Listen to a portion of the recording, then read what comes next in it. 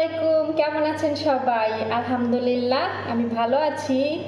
তো সব কাজকর্ম শেষ করলাম, রান্না বান্না করলাম। এখন ভাবলাম যে আপনাদের সাথে কিছু কথা শেয়ার করি। তো আজকে কোনো রান্না বান্না শেয়ার করি নাই, কারণ আজকে ওই সালনা রান্না করছি মুরগির মাংস দিয়া, এই জন্য আর কিছু শেয়ার করলাম না। তো কথাগুলো হচ্ছে কি, কালকে হচ্ছে আমি আমার ম্যাডামের মেয়ের থেকে একটা কথা শুনলাম, তো ভাবলাম যে কথাটা আপনাদের সাথে শেয়ার করি। তো পোলাপান মানুষ বলছে, এখন কথাগুলো সত্যি ধরে নিব নাকি মিথ্যা সেটাও বুঝতেছি না। তারপর আমারও কিছু বিষয় আমি মানে লাগতেছে যে হয়তো সত্যি হতে পারে, কারণ আমিও দেখেছি সেটা। আর ওরা পোলাপানে তো মিথ্যা কথা বলবে না, যেটা ওরা শুনে সেটাই কিন্তু বলে। আর সবচেয়ে আমার ম্যাডামের মেঝু মেয়ে, যেটা বড়টা একটু বলদ টাইপের, বোকা বোকা, ওইটা ওর মতো থাকে। ও তেমন কথাবার্তা বলে না। আর ছোটটা তো একদমই ছোট, মেঝুটা, ম্যাডামের যে মেঝু মেয়েটা, ওইটা আবার অনেক চঞ্চল।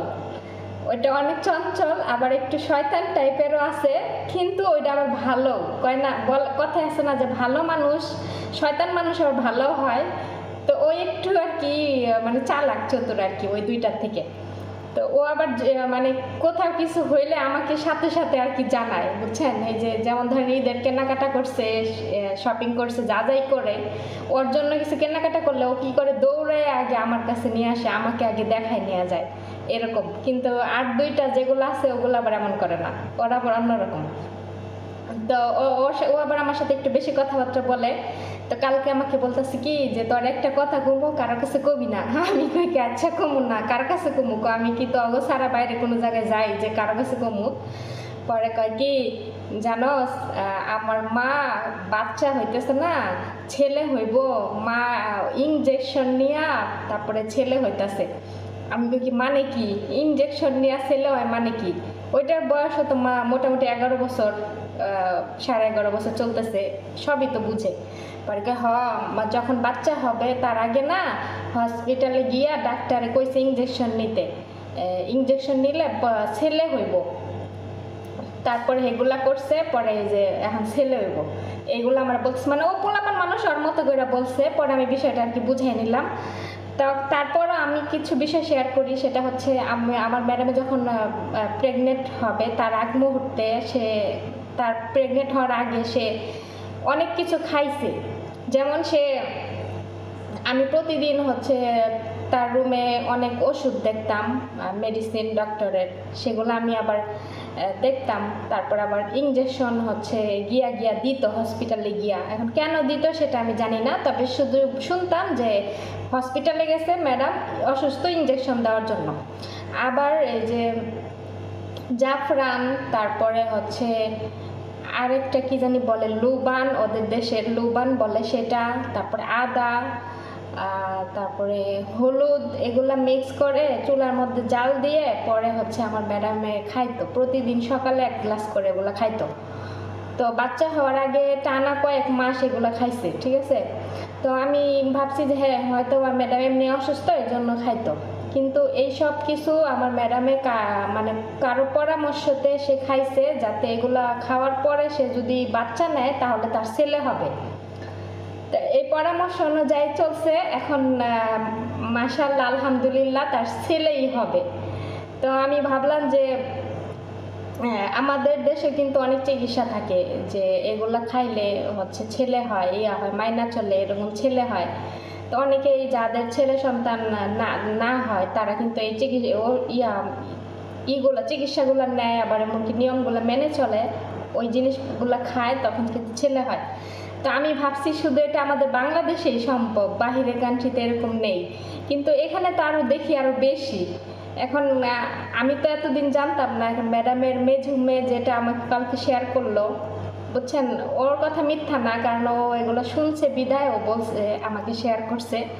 পরে আবার আমাকে বলছে যে কারো কিছু কিন্তু কবি না। আমি কই না, কারো কাছে কমু, কারণ আমার এই বাসার মধ্যে কথা বেশি হয় শুধু ওর সাথেই, আমার ম্যাডামের সাথেও বেশি কথা হয় না। কারণ আমার ম্যাডামকে একটা কথা দূর থেকে বললে সে শুনে না, তার কানের সমস্যা আছে, সে কানে কম শুনে, এই জন্য ম্যাডামের সাথেও কথা খুবই কম হয়।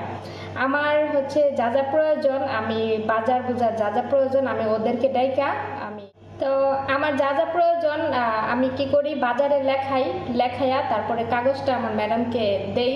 পরে আমার ম্যাডাম ওইটা দেখা লিস্ট দেখা পরে বাজার নিয়ে আসে। তো ম্যাডামের সাথে আমার কথা খুবই কম হয়।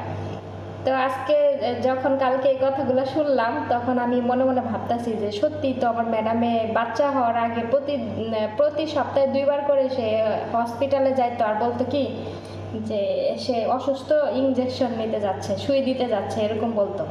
তো ওই বিষয়টা আমরা তখন ওইভাবে নিতাম না, কারণ আমি জানতাম না যে তারা আবার বাচ্চা নিবে। কারণ লাস্টে যখন আমার ম্যাডামের ছোট মেয়েটা হয় তখন আমার ম্যাডামের বাচ্চা নিবে আর বলে নাই যে সে কখনো বাচ্চা নিবে, তার বাচ্চা নেওয়ার ইচ্ছা ছিল না। বারবার হসপিটালে দৌড়ানো, তারপরে এগুলা আমার ম্যাডামের ইচ্ছা ছিল না। আবার বাচ্চা নিলে বাচ্চা পালা নিয়েও সমস্যা। তার এতদিন যখন তার মা বেঁচে ছিল মার কাছে দুপুর পর্যন্ত দিয়ে রাখতো, পরে দুপুরের পরে এখানে আমি রাখতাম। তো এখন তো তার মা বেঁচে নেই, এখন আমি এ বাসে কাজকর্ম করি, সব কিছু সে ভেবে চিন্তে ভাবছিল যার বাচ্চা নিবে না। কিন্তু এখন তাদের একটা ছেলে দরকার। এই ছেলেটা হওয়া নিয়ে আমার ম্যাডাম অনেক খুশি, এমনকি তার হাজব্যান্ডও। কেন জানেন? কারণ তারা খুবই চিন্তিত ছিল যে ফয়সাল অসুস্থ। যত যাই হোক একটা ছেলের খুবই প্রয়োজন জীবনে, কারণ মেয়েদের তো বিয়ে হয়ে যাবে, মেয়েরা চলে যাবে হচ্ছে শ্বশুর বাড়িতে, জামাই বাড়িতে। এই দেশে তো শ্বশুর বাড়িতে যায় না, জামাই নিয়ে আলাদা থাকে। আর একটা ছেলে থাকলে কি ওরা বৃদ্ধ বয়সেও হয়তো বা ছেলে আয়সা দেখাশোনা করতে পারবে, কোনো অসুস্থ হইলে হসপিটালে নিতে পারবে। কিন্তু ফয়সাল তো আর এগুলো পারবে না, ফয়সালের পক্ষে তো এগুলো সম্ভব না, কারণ তাদেরকে দেখে রাখতে হবে ফয়সালকে, তাই না? তো সেই হিসাব করে সব দিকে বিবেচনা করে তারা বাচ্চাটা নিল। এবং আমার ম্যাডামে এই বাচ্চা নেওয়ার আগে এই খাওয়া দাওয়া, তারপরে এই চিকিৎসা এগুলো করলো। এখন আলহামদুলিল্লাহ ছেলেই হবে, আল্লাহ মনের আশা পূরণ করছে। আসলে একটা কথা কি, মন থেকে যদি কেউ কিছু চায় আল্লাহর কাছে, তাহলে আল্লাহ কখনো তাকে নিরাশ করে না, ঠিক আছে? সেটা এক সময় হচ্ছে পূর্ণ করে আল্লাহ। তো মন থেকে চাইছে, এখন সেটা হচ্ছে পূর্ণ করতেছে আল্লাহ। সুস্থভাবে একটা সন্তান, ছেলে সন্তান আমার ম্যাডাম জন্ম দেয়, এটাই সবাই দোয়া করবেন। এই তো আর কি কয় মাস জানি বাকি আছে, রোজার আগে হয়তো বাচ্চা হবে। তো আর আমি তো অবশ্যই আপনাদের সাথে শেয়ার করব, বাচ্চা হইলেও শেয়ার করব। অনেকে আমার ম্যাডামকে দেখতে চান, ঠিক আছে, কিন্তু ম্যাডামকে দেখানো সম্ভব না। অনেক বাসায় তো আপনারা দেখেন ভিডিও অ্যালাউ করে না, এটা করে না, ওইটা করে না, কিন্তু আমার ম্যাডাম এগুলো আমাকে বলছে সমস্যা নেই করার জন্য, ঠিক আছে। কিন্তু আমার ম্যাডামকে দেখানো যাবে না। আমি তো দেখেন না, ক্লোজভাবে ওদের কখনো দেখাই না, ওদের চেহারা দেখাই না, কারণ ওদের চেহারা দেখানো যাবে না। ফয়সালকে দেখানো যাবে কিন্তু অন্য কাউকে না। আর একটা কথা কি যেন বলতে চাইলাম,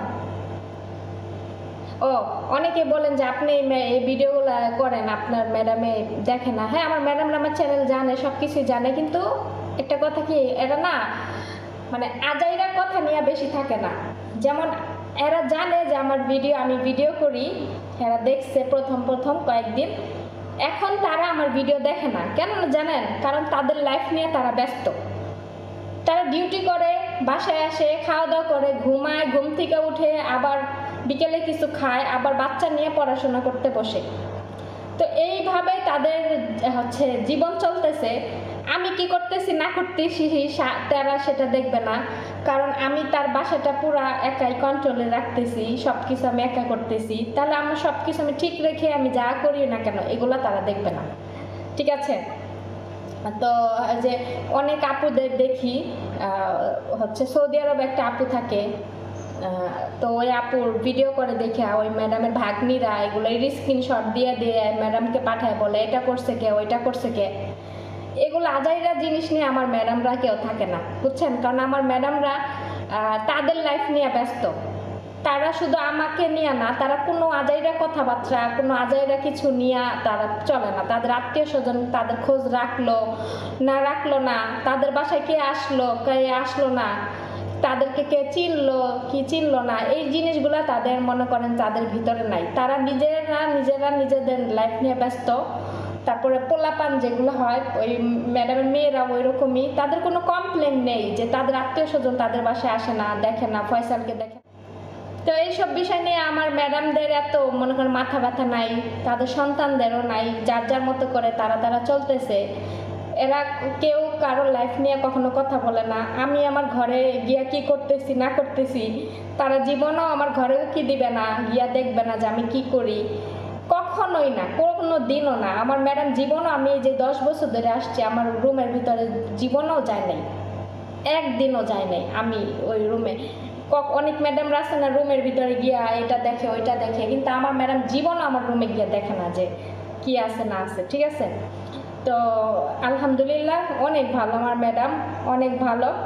আর আমি যেখানে আসি পুরো ফ্যামিলিটাই অনেক ভালো, কিন্তু তারা হচ্ছে একটু অন্যরকম, মানে আলসা টাইপের, তারা কোনো কাজকর্ম এগুলো কিছুই করতে চায় না।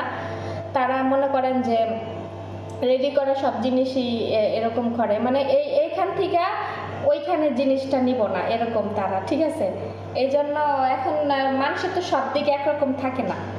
আমার ম্যাডাম তো জীবনও রান্নাঘরেও কেউ মারবো না, কারণ তার রান্না সম্পর্কে তার কোনো কিছু ধারণা নাই, সে এগুলো পারে না, এই জন্য সে কখনো রান্নাঘরেও কেউ মারে না। বিশ্বাস করেন এই যে রান্নাঘরটা এত বড় রান্নাঘর, রান্নাঘরে কোথায় কি আছে আমার ম্যাডাম কিচ্ছু জানে না, কিছু বলতে পারবে না যে কোথায় কি আছে। বাজার করে আয়না দেয় যে আপনারা দেখেন মাস শেষে হলে এত এত বাজার আনে, আয়না দেয়, আমি আমার মতো কোথায় কোনটা রাখতে হবে গুছাই, কিন্তু আমার ম্যাডামের জীবনও মানে জানে না যে আমি কোথায় কি রাখলাম। হ্যাঁ, মাসের বাজার করছে দুনিয়ার কিছু, ওই যে ডিব্বা ভরা দুধ, চিনি। এখন আমি যদি আমার ম্যাডামটা বলি যে দুধ নাই চিনি নাই, আমার ম্যাডাম প্রশ্নও করবে না যে সেদিন না নিয়ে আসলাম শেষ হলো কেমনে, আবারও নিয়ে আসবো, প্রশ্নও করবে না যে ওগুলো এত তাড়াতাড়ি শেষ হলো কেমনে, কিন্তু এরকম। কিন্তু আমি যথেষ্ট মানে গুছায় কাজ করি, আমি অপচয় করি না, ঠিক আছে। অপচয় হেরা আয়না দিবে দেখে আমি তাদের জিনিস বেশি বেশি খরচ করে অপচয় করব, সেই জিনিসটা আমি করি না, ঠিক আছে। আমি যেভাবে একটা সংসার চালাতে হয়, আমি তারা শুধু বাজার করে দেয়, আমি শুধু সেইভাবে সংসারটা আর কি আমার মতো করে আমি চালাই। যে আজকে রান্না করছি, কি রান্না করব, হেরা তো আমাকে কিছু বলে দেয় নাই, আমি নিজেই মানে করি যে আজকে মাছ রান্না করব না মুরগির মাংস রান্না করব না কি রান্না করব, এটা আমি মানে দেখে দেখে রান্না করি। তো তারা কখনো বলে দেয় না, ঠিক আছে। আর অনেক বাসার ম্যাডামরা, আমি তো অনেকের ভিডিও দেখি রান্নাঘরে এসে তারপরে এই যে এরকম করে এই যে ফ্লোরের ভিতরে এমনি করে হাত দিয়ে, টাইলসের ভিতরে এমনি করে হাত দিয়ে দেখে যে ময়লা আছে নাকি। হ্যাঁ, কিন্তু আমার ম্যাডাম জীবনেও এগুলা করবে না। আমি যদি 1 সপ্তাহ ঘর নাও মুছি, তারপর আমার ম্যাডাম দেখবে না যে আমি ঘর মুছছি না নাকি, এগুলো নিয়ে তার কোনো নাই, দেখা নাই।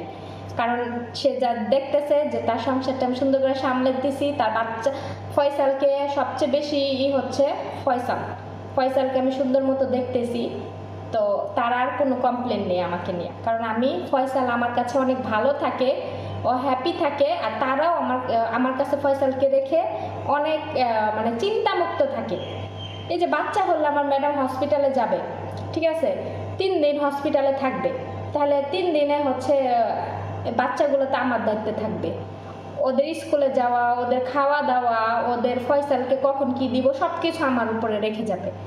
আর আমার ম্যাডামের ছোট বাচ্চাটা যখন হয়েছে না, পিচ্ছিটা নফ, তো ও যখন হয়েছে ম্যাডামের হসপিটাল থেকে বাসায় আসার সাথে সাথে আমাকে গিফট দিছে, জানেন, আমাকে 50 রিয়াল টাকা গিফট করছে এই ম্যাডামের বাচ্চা হয়ে আসার পর। কারণ সে বাসায় এসে দেখছে তার ঘর বাড়ি পরিপাটি, তার পোলাপান পরিপাটি, সব কিছু, ফয়সালও হ্যাপি। তো আমাকে বাসায় এসে সে 50 রিয়াল টাকা গিফট করছে। আর এখানে বাচ্চা হইলে যখন বাচ্চা দেখতে আত্মীয় স্বজনরা আসবে, তাহলে চা, তারপরে কফি, চা, গাহওয়া, তারপরে গাহওয়া মানে কফি, আর অনেক ফলমূল এরকম গোল একটা টেবিলের ভিতরে সাজাইয়া তারপরে নিচে দেয়, ওরা নিচে বসে খায়।